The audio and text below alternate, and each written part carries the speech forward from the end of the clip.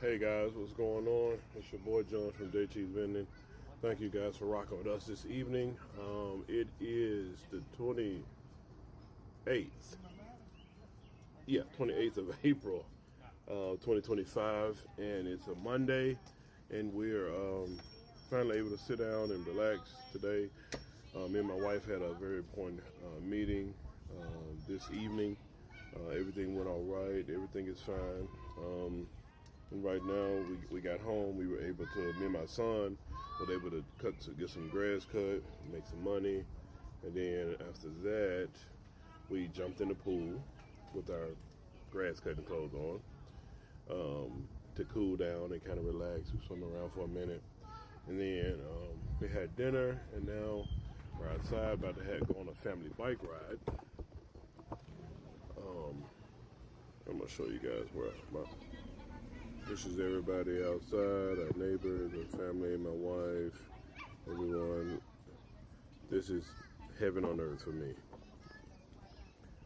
Watching my kids play outside in the evening.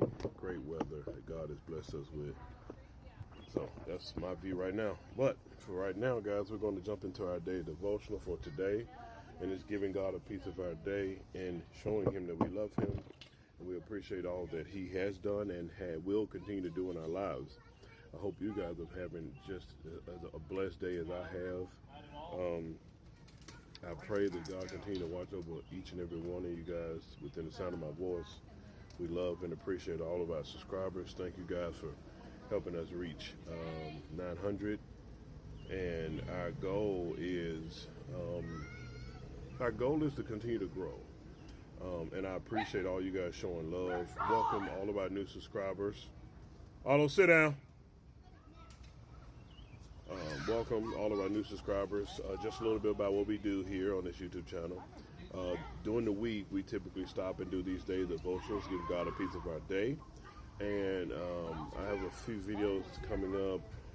One I posted yesterday, I believe.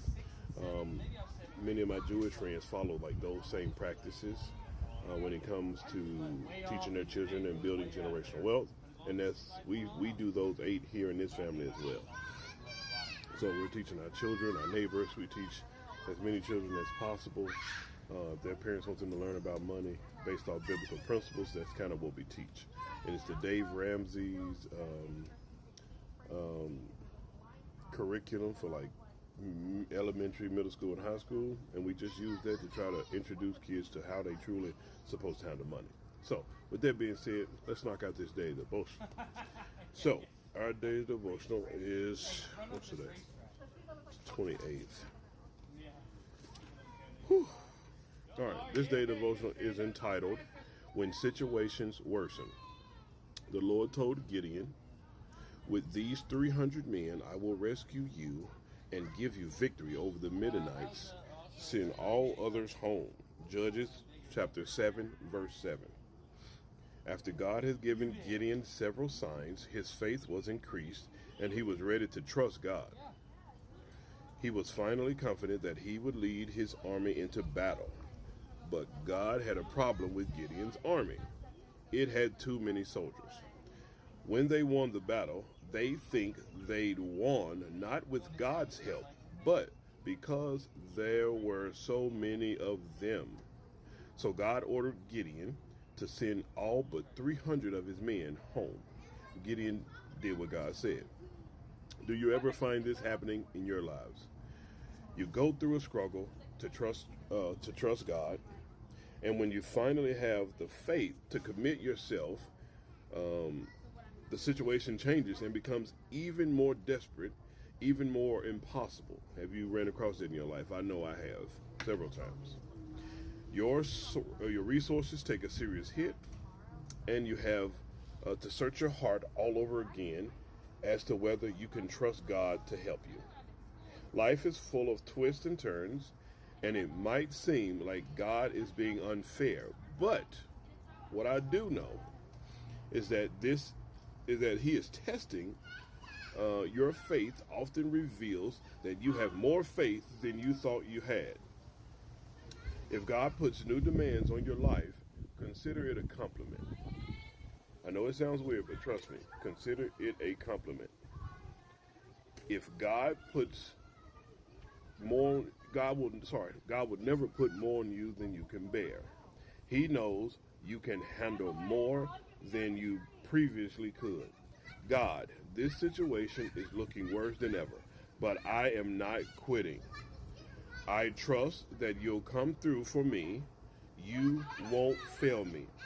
May God add a blessing to the hearers and the doers of his words. And I hope this day devotional help you guys and help someone. If you're going through a situation, please trust God the best you can. Put God first. Give it to him before you go to sleep. Give it to him when you wake up, and be about your work. Be about your business. Don't gossip. Don't get caught up in the foolishness. Give it to God, and don't go around asking other people their opinion and what would they do in this. Trust God. Give it to God, let it go, and get about your work. Get busy doing what you were already doing, and continue to give it to God. When it pops up in your mind, give it to God. Pray about it, and then go on about your day.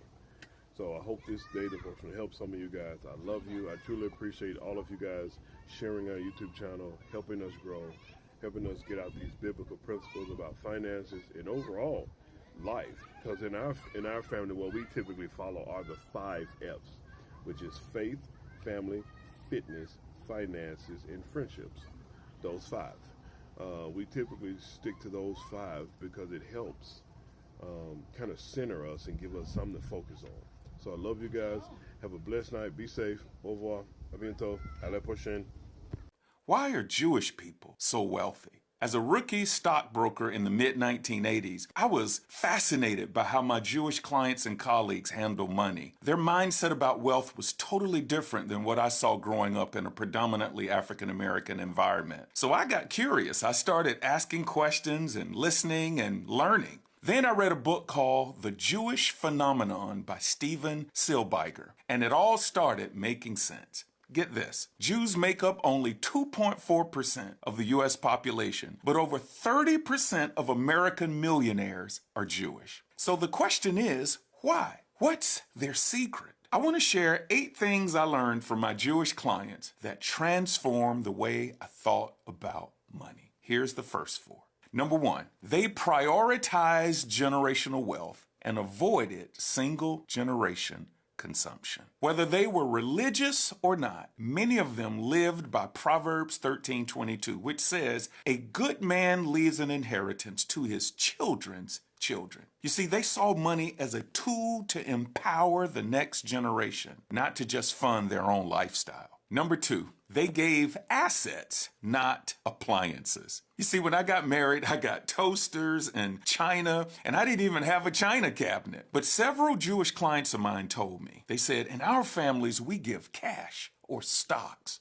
In other words, they gifted wealth to their loved ones, not stuff. Things that appreciate, not depreciate. Number 3, they expected to be wealthy and were embarrassed by it if they weren't. See, I grew up where struggle was normal and wealth was rare. But in the Jewish American culture, financial success was normal and struggle was rare. There was a pride in building wealth and a shame in mismanaging it. That totally changed my mindset. Number 4, they use their pain as fuel, not an excuse. Now this one hit me hard. Jewish people have faced horrific oppression, very much like African Americans have. But instead of being paralyzed by the past, they use their pain as fuel for success. And that's exactly what my people, African Americans, need to do. In part 2, I'll break down 4 more Jewish wealth principles that I've learned and you can apply to your financial life.